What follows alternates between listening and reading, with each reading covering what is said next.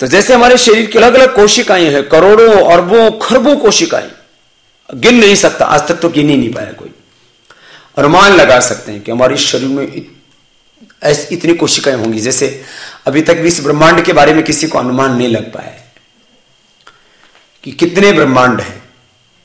जिस आकाश गंगा में हम रहते हैं, इसमें इतने तारे जो हमें दिखते हैं, एक एक तारा सूर्य से भी कई गुना बड़ा है, और अभी तक कहते हैं तारे अभी तक कोई गिन नहीं पाया है।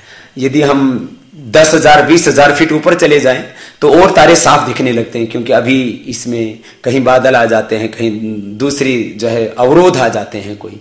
तो यदि हम 20,000 किलोमीटर ऊपर चले जाएं विमान से और फिर तारों को देखें तो और स्पष्ट दिखते हैं। तो एक ब्रह्मांड में एक पार्ट है हमारा ये जो है इस पूरे जिसमें हम रह रहे, एक सौर मंडल।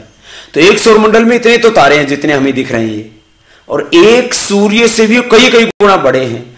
तो इसमें कितने हजारों हैं या लाखों हैं ये तारे, फिर एक ये सूर्य, फिर इसके ये जो ग्रह उपग्रह, अभी तो हमने 9 ग्रह 32 उपग्रह पढ़े थे, अभी एक और खोज लिया गया ऐसा कहा जा रहा है।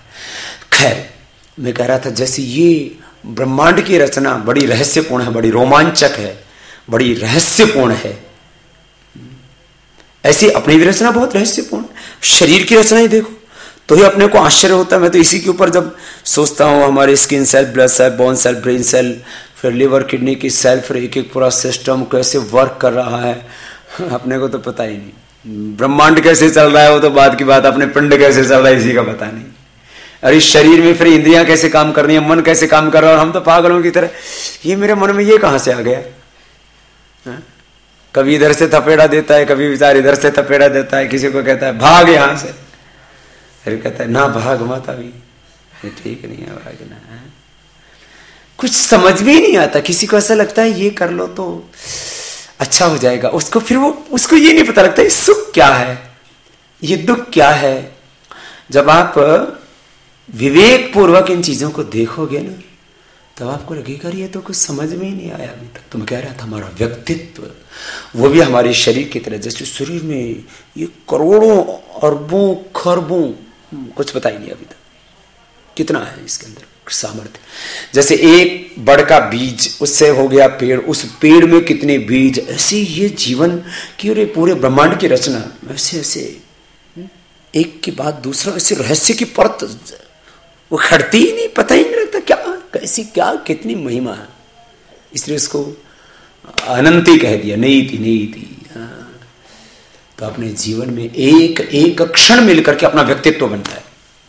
24 घंटे में फिर आप उसको एक एक पल से विभाजित करते जाओ। एक एक पल जो सजग रहा वो महापुरुष बन गया, वो जीवन के परम पद को पा गया, उसका जीवन दिव्य हो गया। हमारी दृष्टि दिव्य हो, हमारी वाणी दिव्य हो, हमारा व्यवहार दिव्य हो, हमारा स्वभाव दिव्य हो, बस अपना कुछ रहा ही नहीं जब हम उस भगवान के हो गए। तो ये जीवन की पराकाष्ठा, ये जीवन की उच्चता, ये जीवन की दिव्यता हमारी सब की बन जाए और हम जीवन में इस पराकाष्ठा को उपलब्ध हो जाएं। इसके लिए ये सारा प्रयास है, ये शास्त्र अध्ययन है, ये सारे अनुष्ठान हैं, ये सारी दिनचर्याएं बनाई गई हैं, जीवन की मर्यादाएं बनाई गई हैं।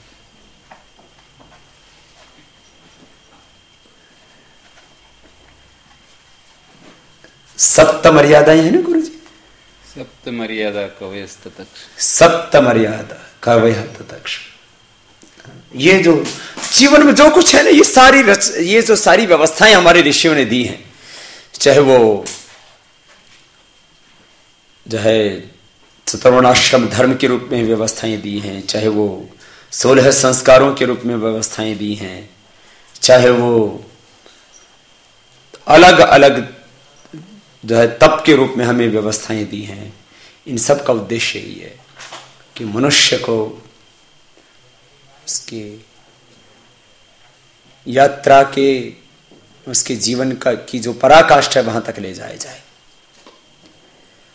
तो हमें इस अतिमानस चेतना को पाना है, इस भागवत धर्म में जीना है, इस ऋषित्व को पाना है। श्री अरविंद उसको भागवत जीवन कहते हैं कि ये दिव्य जीवन है, ये भागवत जीवन, अतिमानस जीवन उसको अलग अलग शब्दों में वो कहते हैं। और जय कृष्ण मूर्ति उसको जो है विवेक की पराकाष्ठा कहो, सजगता की, जागरूकता की, होशपूर्ण जीवन की पराकाष्ठा। एक क्षण के लिए भी हम अपने स्वरूप से विचलित ही ना हुए।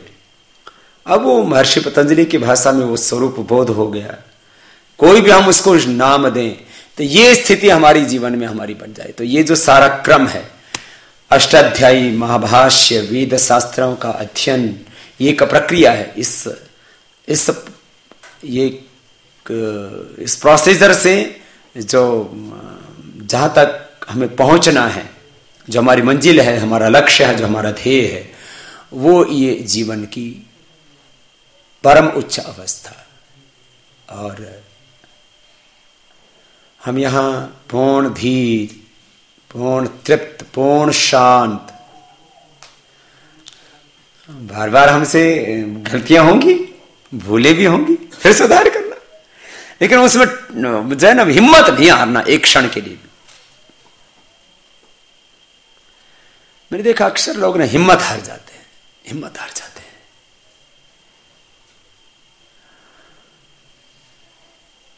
किसी भी क्षेत्र में, चाहे वो ज्ञान का क्षेत्र हो, सेवा का क्षेत्र हो, समाज का क्षेत्र हो, जहां भी लगे हैं वहां निरंतर निरंतर निरंतर लगे रहें और पूर्ण विवेक के साथ, पूर्ण पुरुषार्थ के साथ, पूर्ण पवित्रता के साथ, ज्ञान की पराकाष्ठा, कर्म की पराकाष्ठा, ज्ञान की, कर्म की पराकाष्ठा, भावनाओं की पराकाष्ठा, माने वाणी और व्यवहार की, आहार की, विचार की, शुद्धता की, सबकी पराकाष्ठा, समझौता ही नहीं करना जीवन में। देखो, एक होता है परस्पर व्यवहार में सद्भावना। व्यवहार में तो हमें समझौतावादी होना पड़ता है। कुछ लोग ना अज्ञान में इस बात को बहुत कहते हैं, मैं जी बिल्कुल समझौता नहीं करता जीवन में। व्यवहार में तो हमें समझौतावादी होना पड़ता है, वो तो परस्पर का प्रेम है। सभी महापुरुष व्यवहार में अत्यंत विनम्र थे, अत्यंत समन्वयवादी होते थे, बहुत प्रेम करते थे, लेकिन जीवन के प्रति समझौता नहीं करना, अपने दोषों के साथ समझौता नहीं करना, अपनी दुर्बलताओं के साथ समझौता नहीं करना। आपको लग रहा है कि मेरे शरीर, इंद्रिय और मन में कहीं पर भी पराधीनता है, तो उसको तो पूरे विवेक के साथ उसको उखाड़ फेंकना है। तो ये जो हमने अभियान शुरू किया हुआ है व्यक्ति निर्माण राष्ट्र निर्माण के, इसके दो पक्ष हैं। व्यक्ति को जो है उसकी पराकाष्ठा, उसकी मानव को उसके विकास की पराकाष्ठा तक लेकर के जाना, माने हर इंसान को प्रथम कोटि का मानव बनाना। मुझे ये अच्छी तरह से पता है कि 121 करोड़ लोग कभी भी प्रथम कोटि के नहीं बनेंगे। यदि भारत की दृष्टि से कहूं, 700 करोड़ लोग प्रथम कोटि के कभी नहीं बनेंगे। लेकिन साधना का प्रवाह वो प्रथम कोटि की ओर होना चाहिए। कोई यहां खड़ा होगा, कोई यहां होगा, कोई यहां होगा, लेकिन यहां से नीचे तो ना गिरे ना। वो यहां से यहां पहुंचेंगे तो एक दिन वहां, है ना? ऐसा कभी नहीं होगा कि सभी को मनुष्य धरती पर प्रथम कोटि के बन जाएं। हमेशा कुछ महापुरुष धरती पर जिंदा रहते हैं जो दूसरों को प्रेरणा देते रहते हैं, एक आदर्श के रूप में काम कर रहे होते हैं। और हमेशा दुनिया का कोई देश विश्व में प्रथम कोटि का देश होता है। तो श्री अरविंद ने कहा, भगवान ने अब जो है भारतवर्ष को चुना हुआ उसके लिए, और इस देश में एक बहुत बड़ा परिवर्तन घटित हो रहा है और होगा, और उसके पीछे पूरा संसार चलेगा। तो व्यक्ति निर्माण, राष्ट्र निर्माण और युग निर्माण का काम है। इसको कभी भी हीन दृष्टि से नहीं देखना। मैं सबके लिए कह रहा हूं इस बात को। बहुत से लोग अविवेक के कारण से, अज्ञान के कारण से ना समझ पाए, कोई बात नहीं, हमारा अपना काम है, हम कहीं किए जा रहे हैं।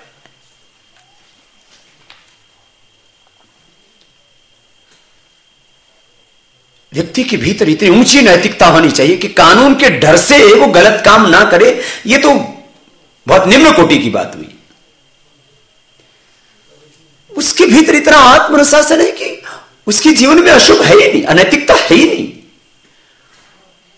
कानून की भाषा में वो इलीगल वर्क कर ही नहीं सकता, अवैध काम वो कर ही नहीं सकता।